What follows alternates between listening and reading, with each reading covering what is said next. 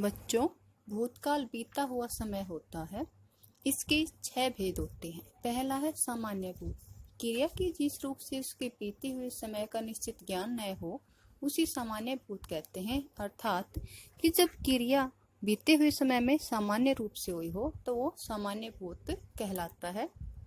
जैसे सोहन गया, सीता आई, और इस तरह के यानी इस काल में की जो पहचान है उसमें आया, गया, आई, गई ये वाक्य मिलेंगे। अगला है पूर्ण भूत। पूर्ण का अर्थ होता है पूरा।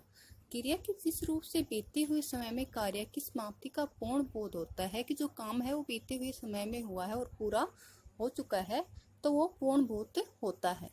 जैसे मैं खाना खा चुका हूँ, उसने राकेश को मारा था, मैंने उसे अपनी पुस्तक दी थी, वह विद्यालय गया था। तो इन सब वाक्यों से आप देख रहे हो कि जो काम है वो बीते हुए समय में पूरा हो चुका है। तो ये भूतकाल का पूर्ण भूत भेद है। अगला है अपूर्ण भूत। अपूर्ण का अर्थ होता है जो पूरा न हुआ हो। तो क्रिया की जिस रूप से यह जाना जाए कि जो क्रिया है भूतकाल में ही हो रही थी लेकिन वो पूरी नहीं हुई थी, अर्थात वो समाप्त नहीं हुई थी, काम भूतकाल में ही चल रहा था लेकिन पूरा नहीं हुआ था, तो वो अपूर्ण भूत हो जाएगा। जैसे भक्तों द्वारा पूजा की जा रही थी, विद्या अपने गांव जा रही थी, गौरी खीर खा रही थी, नम्रता पत्र लिख रही थी। तो यहाँ जितने भी वाक्य है उसमें काम बीते हुए समय में चल रहा था लेकिन पूरा नहीं हुआ था, तो ये अपूर्ण भूत है। अगला है आसन्न।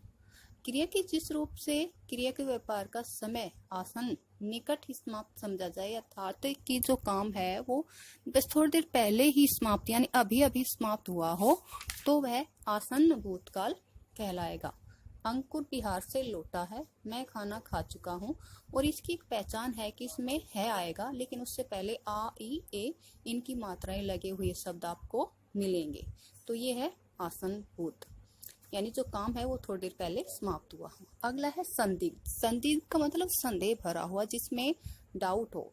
तो क्रिया की जिस रूप से बीते हुए समय में कार्य के पूर्ण होने या न होने में संदेह हो, डाउट हो कि पता नहीं वो काम पूरा हुआ है या नहीं हुआ है, लेकिन वो बीते हुए समय में ही हुआ हो, तो हो जाएगा संदिग्ध। जैसे श्याम ने खाना खाया होगा, कलाकार ने अभिनय किया होगा, क्या पता न भी किया हो, तो इसमें संदेह है, डाउट है, तो ये हो जाएगा संदिग्ध भूत कि काम बीते हुए समय में पूरा हुआ है या नहीं हुआ है।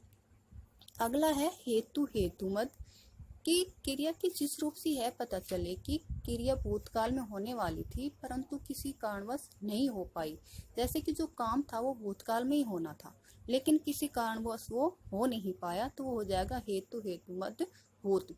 कि जैसे यदि मोहन पढ़ाई करता तो परीक्षा में उत्तीर्ण हो जाता। मोहन का उत्तीर्ण यानी पास होना किस पर डिपेंड था? उसके पढ़ाई करने पर, लेकिन ये पूरा नहीं हो पाया क्योंकि उसने पढ़ाई नहीं की। तो जो काम है वो बीते हुए समय में होना लेकिन किसी कारणवश से न हो पाया हो, तो ये हेतुमद है।